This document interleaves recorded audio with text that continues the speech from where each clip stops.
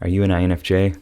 Are you going through this endless loop of visioning and analyzing and visioning and analyzing and cycling through, going deeper and deeper down that rabbit hole, creating more and more in-depth, more complicated, more complex theories and ideas? Do people see you as distant? Maybe, assuming that you don't see yourself as a human being yourself. Maybe you are becoming overly critical of other people. Do you like superheroes? Well, in this video, we're going to elicit the vision from the Marvel Cinematic Universe specifically to help you understand yourself at a deeper level and help you play your life like a hero.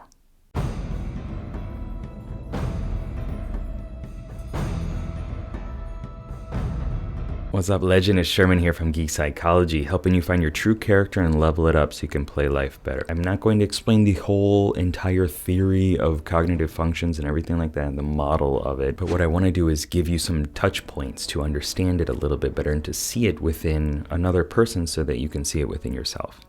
Make sense? So first up, let's talk a little bit about who vision is. He's made of several different components, as we all are. Right? And that's what makes this whole model, this RPG model, really good, because it works with superheroes, it works with different story components, backgrounds, and those elements that make people and characters really cool. All right, so first of all, let's talk about the he's got Ultron's synthetic body casing, which this you can think of as your extroverted sensing. It's this frame that he is input into it, and sometimes I'm sure you feel it too, where you're just like, I didn't realize that I had a body, or my body is just there to support my mind. And I think this is a very showing aspect of that. Is he's got this casing that he was put into, and it's a synthetic representation of a human. Mm-hmm. And extroverted sensing is about getting into your body. It's that behavioral set that compels you to engage in the moment, to seek adventure, to turn up stimuli and embrace the present for what it is with your senses. And that can be really hard for INFJs. It's hard for me too. I got my own version of it, but it can be really difficult for INFJs, and this kind of puts it into light as to what that is. And next up, we have your introverted intuition. This is your dominant function. This is your hero. This is your class type, if you want to see it like that. And this comes through vision as the Mind Stone. The Mind Stone was taken from Loki's scepter, which we saw it in at the beginning, and it lets him control people's minds. And for you, I don't want you to think of it as controlling people's minds, but reading people's minds. And I know you can do it. Especially as an INFJ, right? You have this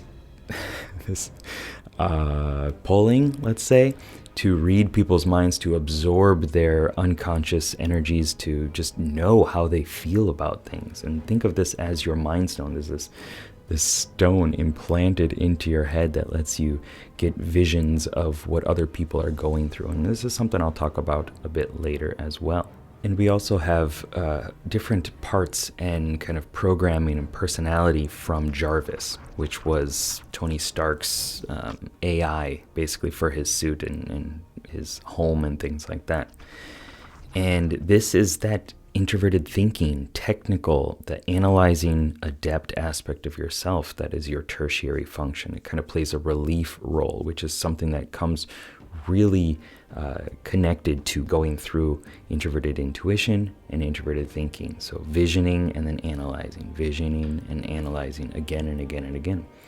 And so it's like the Mind Stone is talking specifically to the computer programming, the one that's analyzing and creating this this grid of different bits of information that you can keep zooming in more and more on, and continuing to flesh out the little definitions and the little minute technical aspects of life. And I think the extroverted feeling aspects of yourself, I call it the edge in the solo RPG model. This is your mentor, this is your good parent, this is the auxiliary function, the one that advises you on how you should act in order to kind of balance your introverted intuition, in order to get yourself out there and engage with people. I call it the unifying envoy. It's the one that's pushing you to unify people and put yourself in that mix of people as well. And I think this comes out really well when Ultron is talking to the Vision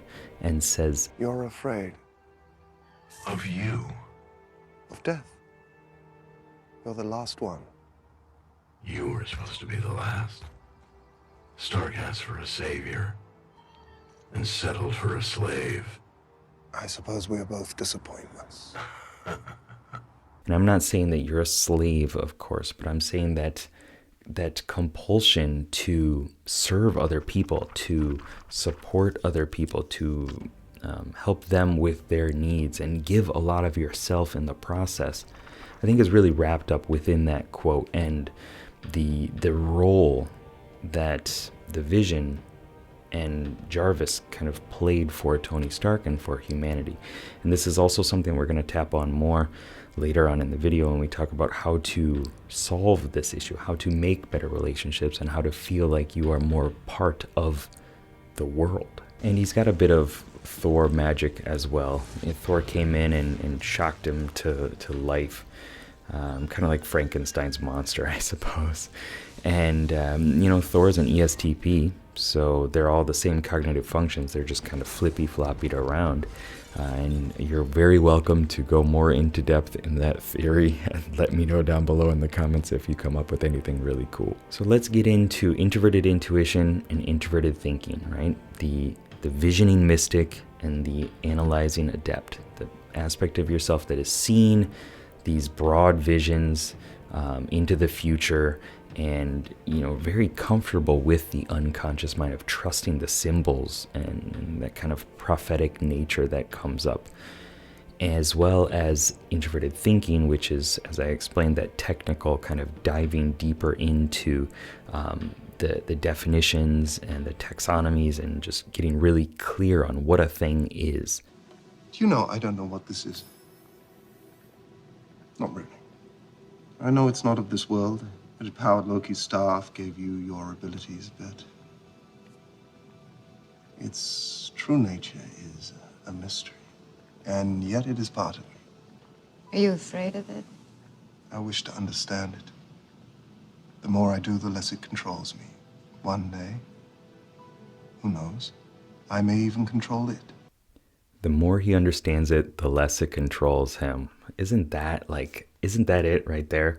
I mean, I'm not an INFJ, correct me if I'm wrong, but the more you can understand the situation, the more you can see what's coming and kind of protect yourself from that and anticipate with foresight what's coming and drill down and really truly understand it, the more you can control the situation. Isn't that the feeling that you're getting with introverted intuition and introverted thinking, going back and forth through that loop? And that definitely serves a purpose. It has its place, and it's super cool when it's working for all the right reasons. The problem comes when it's coming at like this defensive relief state unintentionally. Unintentionally as in not to save the world, not to better the world, your world, the world at large, the community, whatever that is, but as a way of protecting yourself, of putting up this technological shield, this analytical shield, so that nothing can get in, so that nothing can hurt you, get into your heart and cause you to feel emotions that you don't want to feel. So you bring up that shield wall. And so this brings us to the conscious, extroverted feeling, unifying pull. Or it might be a push. I don't know how you metaphorically represent it. But it wants you to create control in the outer environment. It wants you to manage situations, this aspect of yourself. And if things are not managed, if people are not doing the things that they should do, or not doing the right thing, not fitting in the way that you want to support that. And it comes with a very benevolent, a very good-hearted approach. The problem is when it's serving this kind of critical side, or when it's serving the side that is protecting you, and you're just trying to manage other people so that you don't expose yourself. And so getting critical on other people is a way of managing their actions, a way of managing what they're doing, what they're thinking, because if you implant that seed, if you tell them, they're doing the wrong thing or whatever, it's likely to ripple out and affect the rest of their behaviors. I think this is really well represented as a positive state when Vision is talking to Captain America. Captain Rogers, I know you believe what you're doing is right, but for the collective good, you must surrender now. This is that collective good that extroverted feeling is driving towards. And Captain America's got it too. He's an ISFJ. Despite the principles that you're trying to uphold, truth or honor or justice or whatever it is, despite that, there's the collective humanity that is thinking and acting and doing and wanting another thing. And it's hard when you can see everything. When you got that mind stone, you can see all these things happening.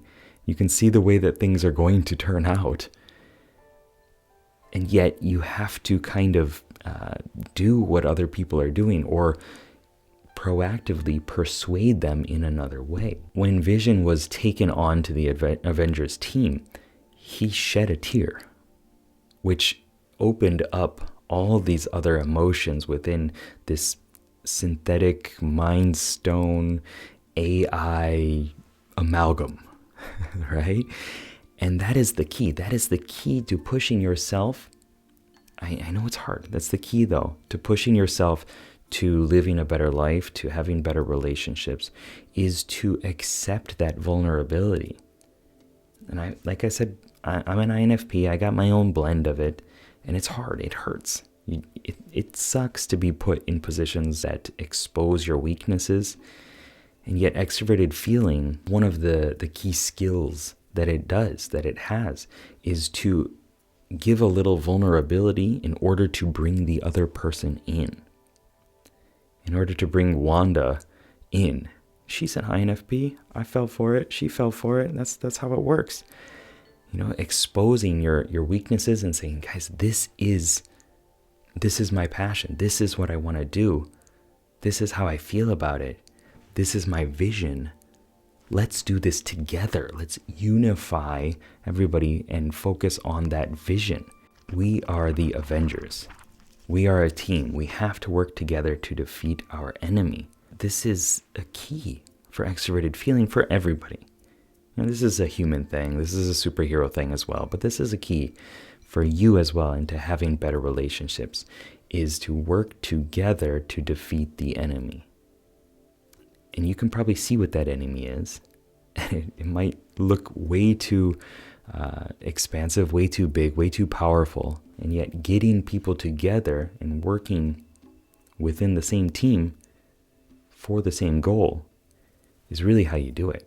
So here's that quote that I wanted to share with you that I think is really key to the INFJ experience. And let me know again down below if you relate to it. Humans are odd. They think order and chaos are somehow opposites and try to control what won't be. But there is grace in their failings. I think you missed that. Your ability to see what is going to happen is one of the keys to adapting to the moment, to helping mold and shape people's actions in a positive way to get them to a more appropriate goal, to get better things to happen for everybody. That does expose you, though. That exposes your weaknesses. I've said it. I understand. But what are you going to do? I mean, are you just going to suffer forever? Are you going to distance yourself and shoot off into space? Just leave everything behind? I don't think that's what you want to do, because there is that core desire to bond with other people, and you can create your own little couple. You don't need to impact the entire world. You don't need to be loved and honored by everybody, although that would be maybe nice. But as an introvert, I feel you on that. Like, having a nice little close-knit community is a good thing too. and serving them and helping them and supporting them with all of your abilities, with all of your powers, to the best of your ability, is how you become more heroic and how you change the world. So what are you going to do now with all this information, with all these ideas that have probably come up through listening to me talk about the vision and reflecting over the movies and of the powers that superheroes have and their ability to impact the world and change the world for a better and expose themselves to horrible situations, to calamity, with the intention of making the world a better place? And what do you want? For people to see you as I do.